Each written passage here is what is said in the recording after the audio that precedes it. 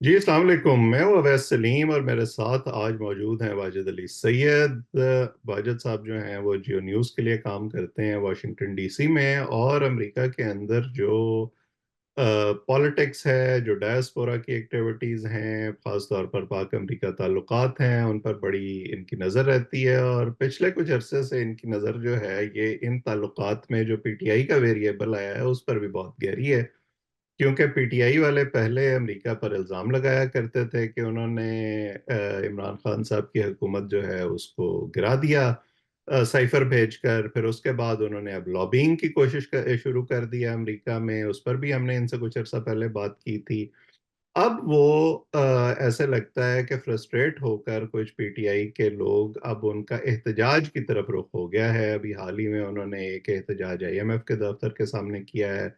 एक खत भी लिख चुकी है उनकी जमात आईएमएफ को कि जी आप पाकिस्तान का जो कर्जा है वो तब तक ना दें जब तक इलेक्शन की तहकीकात नहीं हो जाती। अब एक जो हियरिंग है वो होने वाली है कांग्रेस में, जिसमें डोनाल्ड लू जो हैं वो पेश होंगे। उससे भी पीटीआई ने बड़ी तवक्कुआत वाबस्ता की हुई हैं। तो इन तमाम जो वाकयात हैं इनका वाजिद साहब से पूछना ज़रूरी है कि इनकी हकीकत क्या है और क्या जो पीटीआई की उम्मीदें हैं वो दुरुस्त हैं या नहीं। तो वाजिद साहब, आपको बहुत शुक्रिया वक्त देने के लिए।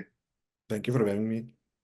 मेरा ख्याल है कि हम जो एक इवेंट हो चुका है उससे शुरू करते हैं। पहले हमने देखा कि पीटी हमने बल्कि इलेक्शन से पीछे थोड़ा सा चले जाते हैं। हमने वो ऑडियो लीक सुनी जिसमें तैमूर झगड़ा और मोहसिन लगारी जो पंजाब और केपी में वज़राए ख़जाना थे, खैबर पीटीआई के, वो शौकत तरीन से बात कर रहे हैं, उनके फेडरल मिनिस्टर साहब जो उस वक्त हो चुके थे उनसे। और इस पे गुफ्तगू हो रही है कि कैसे पाकिस्तान का जो आईएमएफ प्रोग्राम है उसको जॉपर्डाइज किया जा सकता है। बड़ी तनकीद भी हुई उस पर, लेकिन उन्होंने उसको जस्टिफाई किया। फिर उसके बाद अब उनकी जमात ने एक फॉर्मल खत लिखा आईएमएफ को कि इलेक्शन की तहकीकात हों। और मैं ज़ाती तौर पे समझता हूँ कि तहकीकात होनी चाहिए, क्योंकि अगर कोई किसी को एतराज़ है, अगर धांधली के इल्ज़ामात हैं तो उनकी तहकीकात होनी चाहिए। लेकिन इसमें आईएमएफ क्या किरदार अदा कर सकता है, इसकी मुझे समझ नहीं आई। जरा आप मुझे समझाएं, और आईएमएफ ने उनको क्या जवाब दिया है, थोड़ा सा उस पर भी रोशनी डालें। इस बात की तो वैसे आईएमएफ को भी समझ नहीं आई। हम्म। क्योंकि उनके मखसूस ह्यूमन राइट्स की वायलेशन वगैरह ये वो इस हवाले से बाहर होती है, लेकिन बेसिक बुनियादी ये था कि भाई हमारा आपके इंटरनल पॉलिटिक्स से कोई लेना देना नहीं है। We talk with the state. Hmm. State के जो भी रिप्रेजेंटेटिव्स हों उनके साथ बात होती है, और वो फाइनेंशियल जो इंडिकेटर्स हैं और इकोनॉमी की जो क्या लाइन लेंथ है और कैसे उसमें बेहतरी आ सकती है उसके ऊपर बात होती है।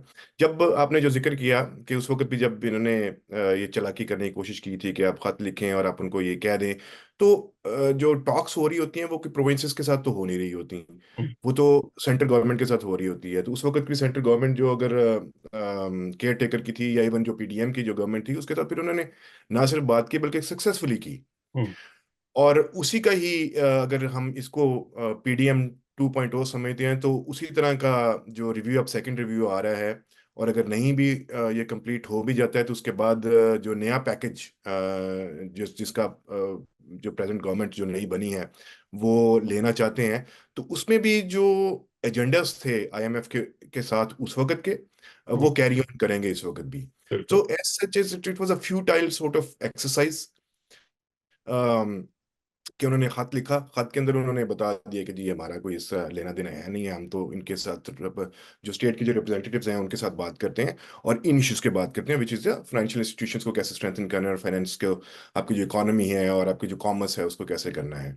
उसके ऊपर हम बात कर लेते हैं कि वो एजेंडास क्या हैं। हम्म। लेकिन ओवरऑल जो बिगर पिक्चर उसके अंदर वो ये कन्वे किया गया था। यानी लेकिन जब एक तरह से जवाब ही दिया है उन्होंने। लेकिन जब पीडीएम की पहली हुकूमत में ये प्रोग्राम ट्रैक पर आया था दोबारा, इसहाक डार साहब थे, वो नेगोशिएशन उनकी वजह से कामयाब नहीं हो सकी। फिर वजीर आजम शहबाज शरीफ को खुद इंटरवीन करना पड़ा। तो आपको याद होगा कि इमरान खान साहब से भी आईएमएफ के एक वक्त ने जाके मुलाकात की थी लाहौर में, तब तक वो गिरफ्तार नहीं हुए थे। और उसकी वजह से भी बड़ा एक जो पीटीआई के हलकों के अंदर एक तासुर गया था, वो ये था कि जी आईएमएफ शायद प्रेशर डाल रहा है हुकूमत पर कि आप साफ शफाफ इंतखाबात करवाएं। और इसीलिए उन्होंने इमरान खान साहब की मंजूरी लेने के लिए उनसे मुलाकात की है कि अगर वो इक्तदार में आ जाएंगे इलेक्शन के बाद, तो फिर वो इस प्रोग्राम को उसी तरह से जारी रखेंगे, शराइत पर अमल करेंगे। तो क्या अब इस वक्त जो वो कोशिश कर रहे हैं, इसका ताल्लुक उस पिछले तासुर से हो सकता है? अच्छा, उस वक्त जो तासुर क्रिएट किया जा रहा था वो ये था कि खान साहब की इजाजत के बगैर तो आईएमएफ जो है वो ये अप्रूवल नहीं देगी। एक तो तासुर ये था। दूसरा ये कि उस वक्त he was not convicted, now is a convicted individual जो कि he is in jail now. तो ये जिक्र आया था कि उससे पहले आईएमएफ के वफद ने जाके खान साहब से मुलाकात की थी, बिल्कुल की थी। उसके क्या प्रेमिसेस थे और क्यों की थी और कैसे की थी, कुड बी बिकॉज कि उससे पहले खान साहब खुद ये कहते रहे थे कि मैं आईएमएफ नहीं जाऊंगा बल्कि खुदकुशी कर लूंगा। हम्म। तो शायद वो पूछने गए हों कि भाई क्या बना प्लान्स का। लेकिन इस वक्त जो सूरत हाल है वो एक डिफरेंट है। आप क्योंकि एक ऐसी हुकूमत थी जो इलेक्शन की तरफ जा रही थी। हम्म। लेकिन आप you were in the hard and the rock place. आपको उस वक्त ये चाहिए था कि एक ऐसा प्रोग्राम जिसके जिसके तहत जिसकी कॉन्टिन्यूटी जरूर रहती, हम्म। वरना वो डिमिनिश हो जाता, वो खत्म हो जाता और इस वक्त हम ज्यादा ट्रबल में होते। तो उसकी कॉन्टिन्यूटी के लिए जरूरी था कि मिलते हैं, सारे मिलते हैं जो डिप्लोमेट्स वगैरह होते हैं।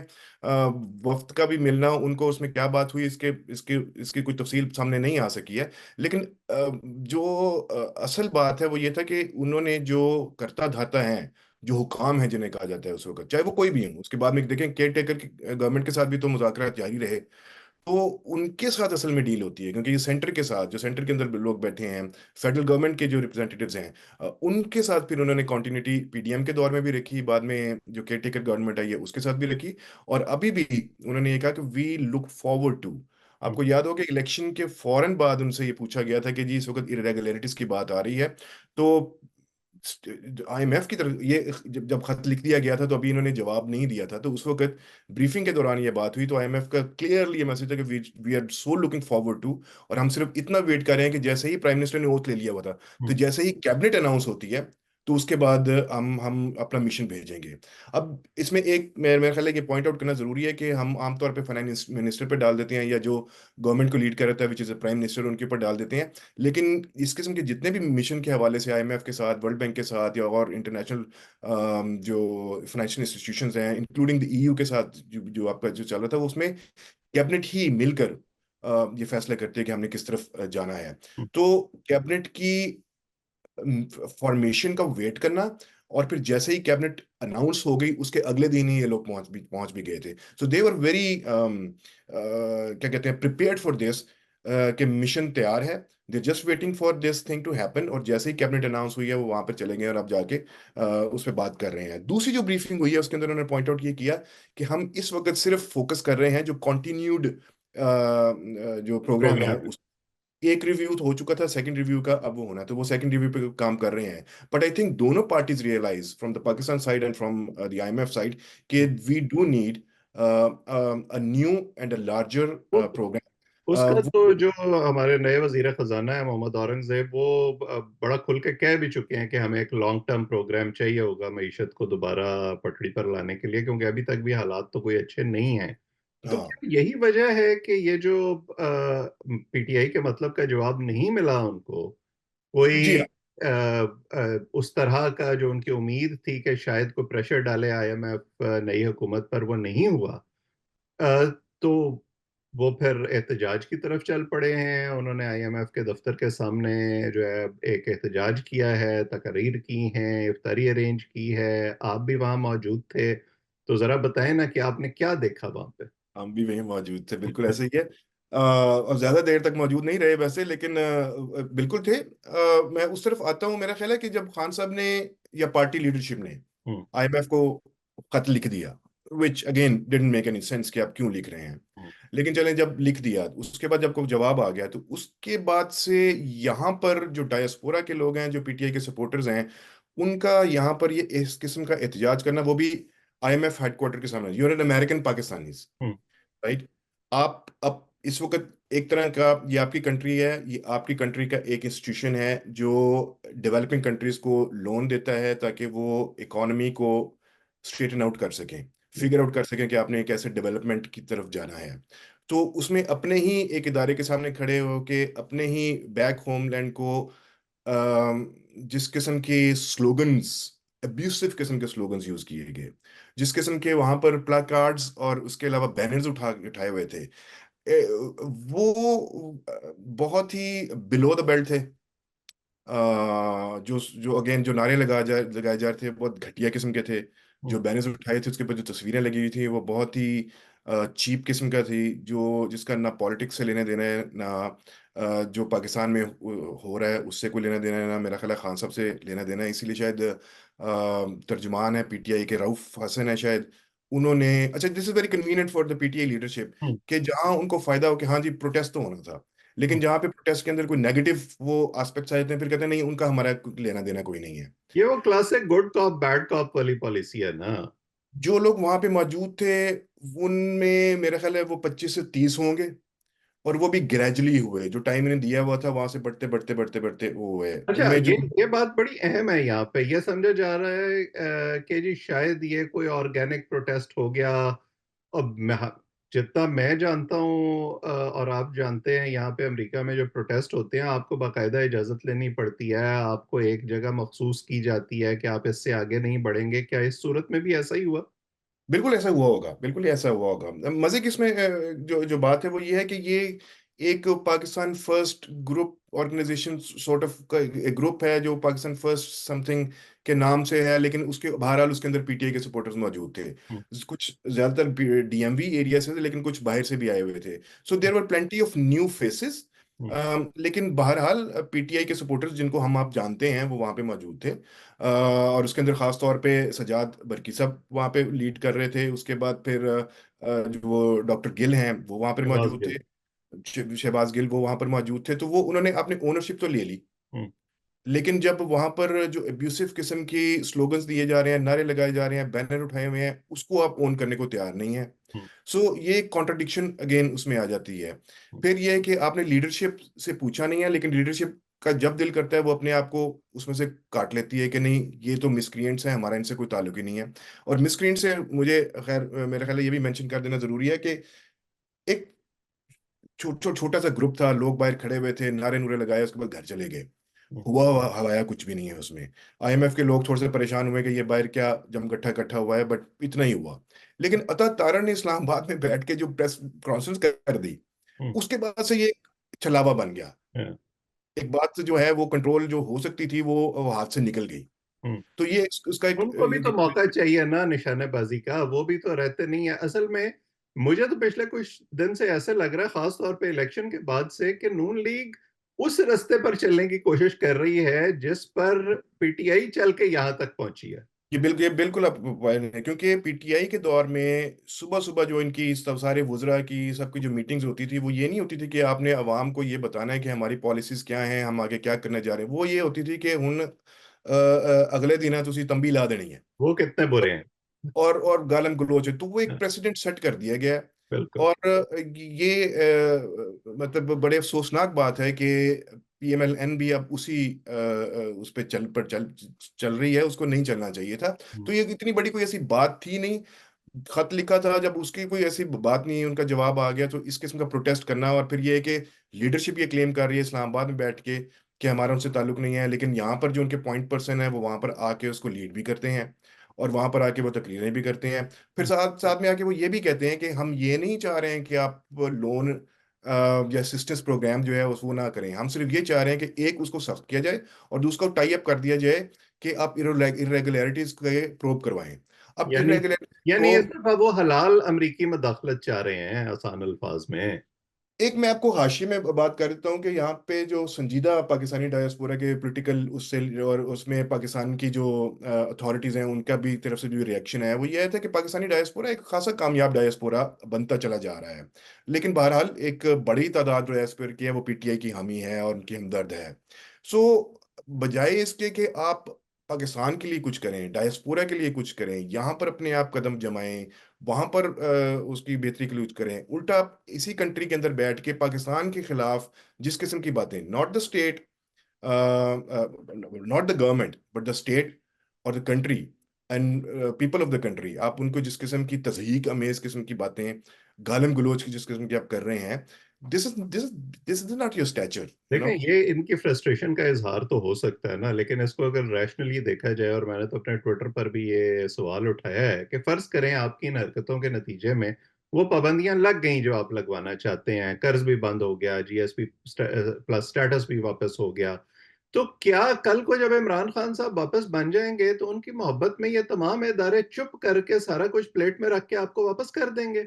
बिल्कुल ऐसी अब भी बात है। तो आपसे अपनी शराइत मनवाएंगे, और तब भी तो कोई ऑपोजिशन होगी जो फिर इस तरह के खत लिखना चाहेगी जो प्रेसिडेंट आप सेट कर गए हैं, तो क्या फिर बिल्कुल ऐसी उस बात। वक्त उनके खतूत पर उस तरह की कार्रवाई शुरू हो जाएगी? ये अपना मजाक खुद बनवाते हैं। मैंने तो और किसी जो इमिग्रेंट कम्युनिटी है उसको अमेरिका के अंदर या दुनिया में ये हरकतें करते हुए नहीं देखा। हाँ बिल्कुल ऐसी बात, बिल्कुल ऐसी बात। अब ये जो, अब जिन लोगों को, जिन कांग्रेस मेंबर ऑफ कांग्रेस को ये लोग खत लिख रहे हैं, हम्म। वो शुरू बात 13 से हुई थी, वो 30 पे पहुंची है, अब और ज्यादा को साइनर्स आ चुके हैं। बिल्कुल ठीक है, एक पॉलिटिकल प्रोसेस का हिस्सा है। लेकिन आप उनके पास जाते हैं और आप उनको जाके ये नहीं कहते हैं कि जी हम अपनी कंट्री के बारे में इस तरह फिक्र, वो जो पॉइंट लेके आते हैं, वो ये कहते हैं कि वहाँ पे ह्यूमन राइट्स की वायलेशन हो रही हैं क्योंकि खान साहब जेल में है, और वहाँ पर डेमोक्रेसी नहीं है क्योंकि पीटीआई की हुकूमत नहीं बनी है, और सो एंड सो फोर्थ। तो जब उनकी हुकूमत आ जाएगी तो क्या ह्यूमन राइट्स की वायलेशन नहीं हो रही होंगी? वो तो उनके पहले दौर में भी हो रही थी। क्या डेमोक्रेसी और अच्छा, जब इनके दौर में नहीं? ये वायलेशंस हो रही थी और ये रिपोर्ट्स यहाँ से निकला करती थी, तो उस वक्त ये कहा करते थे कि नहीं वो हमारे खिलाफ हैं इसलिए वो इस तरह की बातें करते हैं। जनाब, तो उस वक्त आप किस तरह उन्हीं मेंबर ऑफ कांग्रेस के सामने जाके आप कैसे जस्टिफाई करेंगे कि नहीं अब इस वक्त सब कुछ, एवरीथिंग इज हंकी डोरी, एंड कोई वॉयलेशंस नहीं हो रही हैं, कोई प्रेस सीज अंडर सीज नहीं है, कोई डेमोक्रेसी भी अपने वो उस पर चल रही है। देखें, एक पार्लिमानी सिस्टम के अंदर कोalitions गवर्नमेंट बनती हैं। हमने ये देखा माजी में, आप जानते हैं कि जब two party system sort of चल रहा था, पीपल्स पार्टी की गवर्नमेंट आती थी तो मुस्लिम लीग वाले यहाँ पर भी एहतजाज करते थे, हम्म। सारा कुछ होता था, बल्कि डिक्टेटरशिप के खिलाफ दोनों पार्टीज ने मिलकर भी वो किया, लेकिन कभी इस लेवल पर नहीं आए थे कि आप world bank, IMF, white house के सामने, कांग्रेस के सामने जाकर उनको खत लिख के इस किस्म की डेरोगेटरी किस्म की लैंग्वेज, हम्म। और हुकूमत की पॉलिसी से आप इख्तलाफ कर सकते हैं, लेकिन कंट्री और उसकी इंस्टीट्यूशंस या उसकी जो फाइनेंशियल जो भी उसकी स्ट्रेंथ है उसको आप हिट करने की कोशिश, स्ट्रेंथ तो खैर नहीं है, लेकिन जो जो भी उसका फाइनेंशियल स्ट्रक्चर है उसको हिट करने की कोशिश करें, हम्म। तो बिल्कुल। एक पॉलिटिकली आपका डिसएग्रीमेंट तो हो सकता था, but to come to this, और मैं इसमें एक कोट कर देता हूँ कि आपको याद है कि जब खान साहब का वो हो गया था वोट ऑफ नो कॉन्फिडेंस, उसके बाद उन्होंने एक जलसे में कह दिया था कि आप इस मुल्क में एटम बम मार देते तो ज्यादा बेहतर था। हम्म। तो जब लीडरशिप की सोच ये हो कि आप एटम बम मार देते हैं मुझे हुकूमत से निकालने से, तो फिर बाकी का नीचे आप हाल चेक कर लेंगे वो क्या हो सकता है। बिल्कुल, चले आगे चलते हैं। आपने कांग्रेस का जिक्र किया, कांग्रेसमैनों को खतूत भी लिखे जा रहे हैं। कांग्रेस की एक जैली कमेटी की पहले एक हियरिंग भी हो चुकी है जिसका बड़ा चर्चा रहा, पीटीआई के लोग वहां गए, वहां पे इस किस्म की गुफ्तगू हुई इलेक्शन से पहले। अब जो एक मीटिंग होने जा रही है, उसको हियरिंग अगर हम तकनीकी जुबान में कहें, उसमें डोनाल्ड लू जो अमेरिका के अंदर सबसे बड़े विलन हैं पीटीआई की किताबों में, वो पेश होने जा रहे हैं। और पीटीआई के हलकों के अंदर ये ख्याल पाया जाता है इस वक्त, और उसको उनका सोशल मीडिया आगे बढ़ा रहा है कि जी बस वहां पे जो ये रिपब्लिकन कांग्रेसमैन हैं ये क्योंकि हमारे साथ खड़े हैं इसलिए ये वो इतना वहां पे उनको टाइट करेंगे कि वो हम्म। अपने जुर्म फौरन कबूल करके चले जाएंगे, और उसके बाद जो है वो हमारे लिए चीजें बड़ी आसान हो जाएंगी। पहले तो आप ये बताएं कि ये हियरिंग है क्या, इसकी अहमियत क्या है, और फिर उसके बाद हम जो है इसमें क्या हो सकता है उस पर भी बात करेंगे।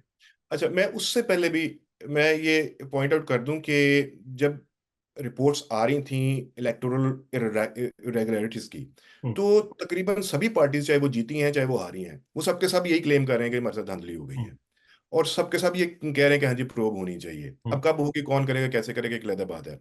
लेकिन इंटरनेशनल जो रिएक्शन आया, खासतौर पे अमेरिका की तरफ जो रिएक्शन रिएक्शन आया, आई थिंक वो बहुत इंपॉर्टेंट है। उसमें वो बारहा कह चुके हैं, जब से इलेक्शंस हो चुके हैं तब से लेकर गवर्नमेंट बनने तक, और अब सो एंड सो फोर्थ, वो ये कह चुके हैं कि जी रिपोर्ट्स आ रही हैं इरेगुलरिटीज की, और ये कि इनकी इन्वेस्टिगेशन जरूर होनी चाहिए, और सब, और इम्पॉर्टेंट बात यह है कि जो लॉ ऑफ द लैंड है उसके मुताबिक होनी चाहिए, पाकिस्तान की कोर्ट्स ही उसका डिसीजन करें। ये बहुत मेरा ख्याल है कि इंपॉर्टेंट है। इसमें इन्होंने कोई इंडिपेंडेंट बॉडी, कोई इंटरनेशनल बॉडी, कोई यूएन, कोई ईयू, कोई ऑब्जर्वर्स, को किसी को कोई बात नहीं की है। जो लॉ ऑफ द लैंड है उसके मुताबिक वो करें। और फिर अबव ऑल दे से कि these were nonetheless competitive elections, which means के इस किस्म की छोटी मोटी इरेगुलरिटीज ऊपर नीचे होती रहती हैं। 5-10 सीटें इधर चली गई, 5-10 ऊपर नीचे चली गई। पार्लियामेंट्री सिस्टम है, 7, 5, 5, 10, 15 जमातें साथ में कर रही हैं, और जिनमें से जिन्होंने ज्यादा मेजोरिटी की सीट्स ले ली हैं वो कॉलिशन गवर्नमेंट बना के अपना काम आगे बढ़ा लेती हैं। बाकी का पीछे जो रोना धोना है वो चलता रहता है। ये रोना धोना 2018 में भी चल रहा था। उस वक्त भी कंसर्न्स आए थे कि रेगुलेटर ने, मेरा ख्याल है कि उस वक्त ज्यादा कंसर्न्स आए थे, क्योंकि जो इंटरनेशनल ऑब्जर्वर्स गए थे, जो अमेरिकन ऑब्जर्वर्स गए थे, जो यहाँ पे एनजीओज और थिंक टैंक्स काम कर रहे थे, उनके जो रिप्रेजेंटेटिव थे, उन्होंने क्लियरली ये स्टेट किया था कि ये तो मुकम्मल तौर पे लपेट के हाथ में पकड़ाया गया है पीटीआई के कि चलें जी आप आके हुकूमत करें। इस दफा ऐसा नहीं है। लेकिन इस दफा ये जरूर है कि वो ये कह रहे हैं कि होंगी रिपोर्ट्स हैं, इन्वेस्टिगेट करें, लॉ ऑफ द लैंड के मुताबिक करें। लेकिन इलेक्शंस कंपेटिटिव थे, मुकाबला हुआ था, इसलिए जो लोग जीते हैं वो लेजिटिमेटली जीते हैं, हम्म। और उनका हक बनता है कि वो अमेरिका हुकूमत के करें, ख्याल में। अमेरिका के ख्याल में। हम्म। अब जब ये बन चुका है तो अब हम इस गवर्नमेंट के साथ काम करने को तैयार हैं। अब हम्म। आगे आपका जो डोमेस्टिक लेवल के ऊपर जो भी निटी ग्रिटीज हैं, जो वो एब एंड फ्लो है, वो पोलिटिकली वो चल रहा है, वो चलता रहे, वो ठीक है, वो एक सियासत का हिस्सा होता है। हमारा से कोई लेना देना नहीं, हम तो स्टेट से बात करने जा रहे हैं। तो ठीक। ये एक मेरा ख्याल है कि ये क्लैरिफाई करना जरूरी है कि यानी अमेरिका। ये उस लॉबिंग एफर्ट का जवाब है जो ये कांग्रेसमैनों के और सेनेटर्स के जरिए करने की कोशिश कर रहे हैं। अब मैं इस पे आता हूँ। ठीक, हमें इसमें भी 2-3 पॉइंट्स हैं। हम्म। एक ये कि जिन पॉकेट्स के अंदर पाकिस्तानी डायस्पोरा, जिसमें टेक्सास भी आ जाता है, कैलिफोर्निया भी आ जाता है, न्यूयॉर्क भी आ जाता है, न्यू तो इन इन ये वो पॉकेट्स हैं जहाँ पर पाकिस्तानी इन्फ्लुएंशियल भी हैं, और वो अपनी जो रिलेशनशिप है विद देयर रिप्रेजेंटेटिव्स उसको एक्सप्लॉइट भी करते हैं और उसको यूज भी करते हैं। वो हम्म। बहुत अच्छी बात है। और वो पैसे के थ्रू भी होती है, ताल्लुकात के थ्रू भी होती है, कॉन्टैक्ट्स के थ्रू भी होती है, सारा कुछ होती है। लेकिन उसके अंदर ये लेके आना कि जी अब हमने 30 लोगों से लिखवाया है, अब तो एडमिनिस्ट्रेशन को पॉलिसी चेंज करनी पड़ेगी, ऐसा नहीं होता, ना ऐसा होगा। हम्म। वो तादाद कितनी भी बढ़ जाए, अब ये क्लेम करना कि ये हमारे खत लिखने की वजह से हो रहा है, ऐसा बिल्कुल भी नहीं है। और इसको ना सिर्फ ये कि मैं कह रहा हूं, क्योंकि हम एक अरसे से कवर करते आ रहे हैं, इस प्रोसेस को जानते हैं, बल्कि स्टेट डिपार्टमेंट ने खुद द अदर डे सेड कि ये एक रूटीन की कार्रवाई है। हम्म। इंडिया के अंदर इलेक्शंस हुए, बांग्लादेश के अंदर इलेक्शंस हुए, कहीं पे भी जहां पे आपका पॉइंट ऑफ कंसर्न है, अब वहां उनको बुला लेते हैं और कहते हैं जी बताएं अब क्या हो रहा है वहां पर। और चूंकि डोनाल्ड ल्यू जो असिस्टेंट सेक्रेटरी ऑफ स्टेट है, हाईएस्ट पोजीशन है, और उसके अंडर पाकिस्तान और सेंट्रल एशिया और साउथ एशिया आता है, तो ही इज द हाईएस्ट गाय। उन्होंने ही आके बात करनी है। ये अगर उनका नाम इस तरह रगड़ा ना दिया गया होता तो हमें आपको पता भी ना, मतलब हमें आपको पता होता, लेकिन बाकी आमतौर पे जनता को पता ना हम्म। होता। और मैं अभी 2-3 दिन पहले सोच रहा था कि ये बेचारा शरीफ आदमी रगड़ा गया वैसे, लेकिन अगर रिचर्ड बाउचर होता तो आपको याद होगा वो जाते थे, बिल्कुल। जाके बैठ लेते थे। और वो जिस किस्म का उनका डिमीनियर था, do you hmm. Remember that, कि वो किस किस्म के वो करेक्टर थे वो सारे के सारे। हम्म। तो ये ये जो हियरिंग है, इट्स इस तरह इट्स की part of hearings the normal activity. हम इस बारे में पहले बात कर चुके हैं। इस तरह की हियरिंग्स मुख्तलिफ कमेटीज में, ये जब ड्रॉ डाउन हुआ है, फौजें अफगानिस्तान से वापस आई हैं, तो जी उसकी जी। रिव्यू मीटिंग्स में भी हो चुका है। उस पे भी और कई दफा हुआ, और उसके ऊपर बड़ा रगड़ा भी लगाया गया, ये भी वो ठीक है। और मैं रगड़े पे भी आता हूँ। तो अब ये क्लेम करना कि ये हमारी वजह से हो रहा है, तो ये ऐसा नहीं है, एक रूटीन की कार्रवाई है। ये रूटीन की कार्रवाई इसलिए भी है, जो गुज़िश्ता से व्यवस्था में इसको करता हूँ, जो पहले बात हो रही थी कि जो इन्फ्लुएंशियल पाकिस्तानीज हैं, डायस्पोरा के जो अहम तरीन ऊपर वाले जो मलाई है, वो जहाँ के इन मेम्बरान के साथ उनके ताल्लुकात भी हैं, उनके अपनी कैंपेन के लिए पैसे भेजते हैं, सारा कुछ करते हैं। आप हमें ये जेन में रखना चाहिए कि ये अमेरिका के लिए भी इलेक्शन का सवाल है। ये उनकी कॉन्स्टिट्यूशन के मेंबरान हैं। वो लोग इसलिए भी इनकी बात सुनेंगे, या जो टफ क्वेश्चंस उनको फेस करने पड़ेंगे जो फीड किए गए हैं, वो इनसे जरूर पूछेंगे डोनाल्ड ट्रम्प से कि अच्छा भाई मेरे मैंने तो ये सुना है, आप इसके बारे में क्या कहते हैं। ये इलेक्शन का ईयर है, इसलिए भी ये लोग इसमें इंटरेस्टेड हैं कि चलें यार, अपनी कॉन्स्टिट्यूशन के कुछ लोगों को हमने सेटिस्फाई भी तो करना है। ठीक। प्रॉबली अगर ये इलेक्शन ईयर ना होता तो शायद इतनी जल्दी और इस तरह ये ना हो रहा होता।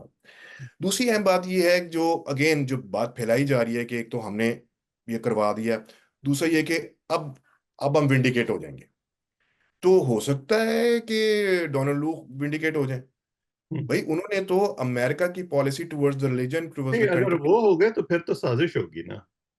मैं वही कह रहा हूँ ना कि वो भी towards towards the region, towards the country, क्या अमेरिका की यूएस पॉलिसी क्या है और अब हम किस तरह देख रहे हैं, वो उसको डिफाइन करेंगे, वहां पर उसको एक्सप्लेन करेंगे। टफ क्वेश्चंस होंगे कि भाई वो एक बंदा पड़ा हुआ है, हाँ जी ठीक है वो इंटरनल मैटर है, हाँ जी हम उन पे ह्यूमन राइट्स पे बात कर रहे हैं, हाँ हम पे डेमोक्रेसी पे बात कर रहे हैं, हाँ हमने कहा है कि जी इन्वेस्टिगेशन होने की, हाँ हम प्राइवेटली पब्लिकली ये करते हैं, हम्म। सारा कुछ हो जाएगा तो मतलब इस किस्म का होगा। एक मुझे सिर्फ जो लग रहा है, क्योंकि ये पब्लिक हियरिंग होती है तो वहां पर लोग आएंगे और हो सकता है कि पीटीआई के वो लोग आए, और ये हमारे साथी हैं जहां अली, उन्होंने ब्रीफिंग के अंदर पूछा भी था कि जिस किस्म की थ्रेट्स डोनाल्ड लू को सिंस इमरान खान ने वो उठा के और डोनाल्ड लू का नाम लेके किया है, उसके बाद से क्या यही लोग जब वहां पर आएंगे तो वहां पर कोई रकस तो क्रिएट नहीं करेंगे, या कोई सेफ्टी का इशू तो नहीं है, तो उसके ऊपर स्टेट डिपार्टमेंट ने कहा था कि नहीं, we take the safety of our diplomats very seriously. Hmm. ठीक है, तो मुझे एक ये है कि ये तो ये हो सकता ओपन है। हियरिंग है या इसके अंदर जो है वो बाकायदा कोई जैसे मैं एजेंडा होती है या मैं वो। इसी तरफ मैं इसी जो मुझे लग रहा है, कहीं ऐसा ना हो, प्रॉब्लली होता है कि नहीं होता, मुझे ये लग रहा है कि वो टेस्टिमनी तक तो शायद उसको लेके चलें, हम्म। लेकिन given this crowd as much as we know them, कि ये वहां पर अगर कोई इन्होंने रकस क्रिएट करने की कोशिश की तो हो सकता है कि वो क्लियर आउट कर दिया जाए, हम्म। और हो सकता है कि उसके बाद फिर वो इन कैमरा भी सेशन कर रहे हैं, क्योंकि अगर डोनाल्ड लू को सेफ्टी के थोड़े से इश्यू जिसको इंडिकेट किया है स्टेट डिपार्टमेंट ने, तो हो सकता है कि उन्होंने सब कमेटी की जो हियरिंग हो रही है उनके जो मेंबरान है उनको भी बताया होगा, देखें दीज आर आर कंसर्न्स। हम्म। तो ये भी तो हो सकता है ना, तो हम्म। उन्होंने जरूर इन्फॉर्म किया होगा जो भी इश्यूज हैं। तो वहां पर अगर कोई शोर शराबा होता है तो हो सकता है कि कमेटी सेशन फोल्ड कर दे या कह दे कि जी आप लोग बाहर निकलें, बारी बारी है, या उनको सुना जाए। हो सकता है कि वहां पर इनका यह ख्याल है कि साइफर के बारे में बात हो सकता है एक आधा बात हो भी, लेकिन ज्यादा फोकस ये है कि आप पाकिस्तान के साथ किस तरह डील कर रहे हैं, यूएस पाकिस्तान रिलेशंस कहाँ पे जा रहे हैं, और हम्म। यूएस पाकिस्तान के रिलेशंस में अंदर साइफर मैटर नहीं करता, क्योंकि साइफर आपका इशू था डोमेस्टिक ऑडियंस को अपीज करने के लिए या प्लीज या इंस्टिगेट करने के लिए, यहाँ का कंसर्न नहीं है। बिल्कुल। और ये जो हियरिंग है ये बुध को है, 20 तारीख को यानी। जी। ठीक। तो आप मुझे ये बताएं अब कि ये हियरिंग जब होगी उसके बारे में तो जो उसमें सामने आता है फिर हम उसके बारे में एक दफा फिर डिटेल में गुफ्तगू कर लेंगे। लेकिन एक बड़ी अहम आपने बात की थी, आपने डायस्पोरा का जो एक सीरियस एक है चंक, उसके बारे में बात की। आपकी ज़ाहिर है पाकिस्तानी एम्बेसी के लोगों से भी मुलाकात होती है, आपकी यूएस एडमिनिस्ट्रेशन के लोगों से भी ऑफ द रिकॉर्ड मुलाकातें भी होती रहती हैं। तो ये सारा सिलसिला जो ये साइफर के बाद पिछले 2 साल में चलता रहा है, आपको लगता है कि इससे पाकिस्तान अमेरिका ताल्लुकात अफेक्ट हुए हैं किसी न किसी लेवल पे या कोई फर्क नहीं पड़ा?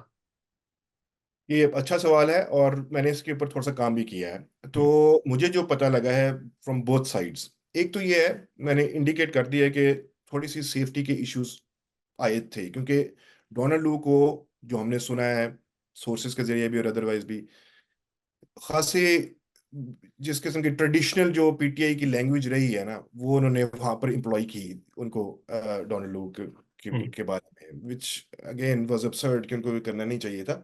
लेकिन जब ये किक ऑफ हुआ, ये सारा थिएटर, तो उस वक्त तो शायद शुरू शुरू में इसके हवाले से बात की गई कि यार देखें ये एक पॉलिटिकल पार्टी है और उसकी लीडरशिप किस किस्म की बातें कर रही है और किस किस्म के इल्जामात लगा रही है, और अब तो जब स्टेट डिपार्टमेंट में कभी कोई बात आती है तो वो जिच कर जाते हैं और बड़ी इरिटेट होके कहते हैं कि यार देखें हमने एक दफ़ा नहीं, दो दफ़ा नहीं, 10 दफ़ा नहीं, आपको कितनी दफ़ा कहा है कि ये जो एलिगेशंस लगा रहे हैं इनका ये झूठे हैं, और हमेशा ही झूठे रहे हैं। तो हम्म। बड़े वादे तौर पे वो कहते हैं और बड़े इरिटेट होके कहते हैं। लेकिन ऑन द ग्राउंड पाक यूएस रिलेशनशिप के अंदर नहीं कोई ऐसा नहीं आया। उनकी जो ट्रेजेक्ट्री है, जो करंट गवर्नमेंट है, यहाँ की जो लीडरशिप है, वहाँ की लीडरशिप जो भी है, उसके साथ जो इश्यूज हैं, और खास तौर पे इश्यूज जो हैं वो बहुत सीरियस हैं बॉर्डर को लेकर अफगानिस्तान के साथ जो है, तो सिटी क्या आपका जो वो है, फिर आपकी अफगानिस्तान के जो रेफ्यूज हैं उस हवाले से जो चल रही है, फिर ये कि ग्रीन अलायंस का जो प्रोग्राम स्टार्ट किया गया है, तो इनको लेकर बहुत सीरियस किस्म की जो डायलॉग है वो मुसलसल चला रहा है। जो अथॉरिटीज, पाकिस्तानी अथॉरिटीज से मैंने बात की थी, इत्तेफाक की बात है कि मैं आपके ये प्रोग्राम पे सबसे पहले बता रहा हूँ कि डोनाल्ड लू की डोनाल्ड लू की ही अभी जो पाकिस्तान की जो एम्बेसी के जो करता धरते हैं, सारे जो एम्बेसडर हैं, उनके साथ मुलाकात होती है, रूटीन की मुलाकात होती है, ये मैं आपको बता सकता हूँ। हम्म। तो ये अगर किसी उर्दू अखबार में या किसी वेबसाइट पे छपे कि जी डोनाल्ड लू की दोबारा पाकिस्तानी एम्बेसी के जो लीडर्स के जो लीडरशिप है उनके साथ मुलाकात हुई है, तो ये एक वहां पर एक और लिया जाएगा कैंडल कि बन जाएगा। कैंडल बन जाएगा दोबारा कि जी डोनाल्ड लू फिर जाके मुलाकातें कर रहा है। तो लेकिन चूंकि ही इज द लीडरशिप ना हम्म। स्टेट डिपार्टमेंट के, हालांकि हमारी पाकिस्तान एम्बेसी की और वैसे हर एम्बेसी की मुलाकातें जो बड़ी डिवर्सिफाइड होती हैं। हम्म। उसमें ट्रेजरी भी आ जाती है, उसमें बाकी के जो ऑर्गेनाइजेशंस हैं वो भी आ जाती हैं, कांग्रेस तो है ही। लेकिन अगर स्टेट डिपार्टमेंट की कोई हाई टॉप की कोई लेवल है, तो उसमें नीचे के जो डीएपी हैं और डीएएस हैं और पीडीएएस हैं, और उनके अलावा जो ऊपर तक जब बात जाती है तो वो डोनाल्ड लू पे जाती है, क्योंकि he happens to be the assistant secretary. अब वो किसी और के साथ आप जाके नहीं कर सकते। वो चूंकि उस खित्ते के, उस कंट्री की को स्टेट डिपार्टमेंट की तरफ से देख रहे हैं और उस यूएस एडमिनिस्ट्रेशन की पॉलिसी को वही पुश आउट कर रहे हैं, तो अ, मतलब उन्हीं की ही मुलाकातें हैं हम्म। जो होती आ रही है। मैं इसमें ये जरूर बता दूं कि जो मुझे सोर्सेज के थ्रू पता लगा है वो ये है कि यही डायस्पोरा की जो ऊपर की क्रीम है, और उसमें से ज्यादा पीटीआई के जो हमदर्द भी हैं और हामी भी हैं, वो डोनाल्ड लू से अलग भी मिल भी चुके हैं वैसे। अच्छा। और हो सकता है कि माफी मुफी मांग ली हो। तो बड़ी खबर दे रहे हैं आप हाँ जी। क्योंकि जाहिर है इन लोगों के अमेरिका के अंदर भी तो इंटरेस्ट है ना, और इनमें से कई लोगों के पॉलिटिकल इंटरेस्ट है अमेरिका के अंदर, तो वो ये तो नहीं चाहेंगे कि वो जो है उस पे हरफ आए किसी ना किसी तरीके से। लेकिन जो एब्सोल्युटली। बुनियादी। जी। एब्सोल्युटली। अब मैं इसमें देखे ना, जब खान साहब ने कहा कि जी हमारी अमेरिका ने हमारी हुकूमत कराई है, तो पीटीआई के ही यहाँ के सपोर्टर्स थे, वो व्हाइट हाउस के सामने जाके कह रहे थे कि इसको रिस्टोर किया जाए। हम्म। भाई इन्होंने गिराई तो फिर ये कैसे रिस्टोर करेंगे? तो बिल्कुल। जब डोनाल्ड ने ही आपका गिरवाया, साजिश में शरीक था, तो फिर आप उनको जाके मिल रहे हैं और कह रहे हैं कि अब पहले आप इंटरवीन कर रहे थे और आपने गिरा दी, अब आप दोबारा इंटरवीन करें और वापस लेके आए। तो मतलब दिस इज वेरी ये साइकोटिक किस्म ये की। वो कॉन्ट्रडिक्शंस हैं जो उनके फैन क्लब की समझ में तो आ सकती हैं, किसी और की समझ में नहीं आ सकती। लेकिन जो बुनियादी बात है ना, जिस पे हम आज की गुफ्तगू खत्म करते हैं, और हम गुफ्तगू का ये सिलसिला जारी रखेंगे, जब ये हियरिंग हो जाएगी तो हम फिर बात करेंगे इस पे डिटेल में, क्योंकि जैसे आपने कहा कि अमेरिका के अंदर ये इलेक्शन का साल है तो बड़ा अहम है यहाँ पे भी।